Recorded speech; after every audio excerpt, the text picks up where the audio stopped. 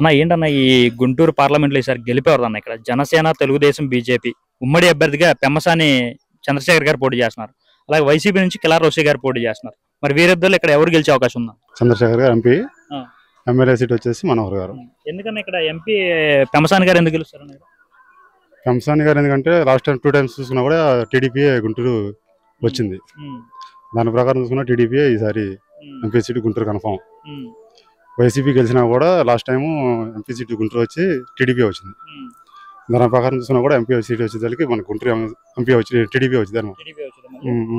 ఎందుకన్నా ఏ టీడీపీ మళ్ళీ పెమ్మసాని గారు ఎందుకు వస్తారంటారు? టీడీపీ ఎందుకు వచ్చింది అభివృద్ధి అంటే పొత్తు కాకుండానే టీడీపీ వచ్చిందంటే ఇప్పుడు పొత్తు మీద టీడీపీ కన్ఫామ్ గా, పొత్తు లేకుండానే పోయినసారి వైసీపీ ఆవాలోనే టీడీపీ వచ్చింది గుంటూరు సీటు. ఈసారి పొత్తులో కూడా పొత్తు ఉంది కాబట్టి ఈసారి కన్ఫామ్గా టీడీపీ వచ్చింది.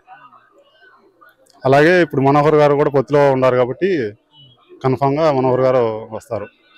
అది కాక లాస్ట్ టైం డెవలప్మెంట్ ఏది లేదు కాబట్టి దాని ప్రకారం చూసుకున్నా కూడా 10 years నుంచి డెవలప్మెంట్ లేదు తెలంగాణ నియోజకవర్గంలో, కాబట్టి మనోహర్ గారు రావచ్చు.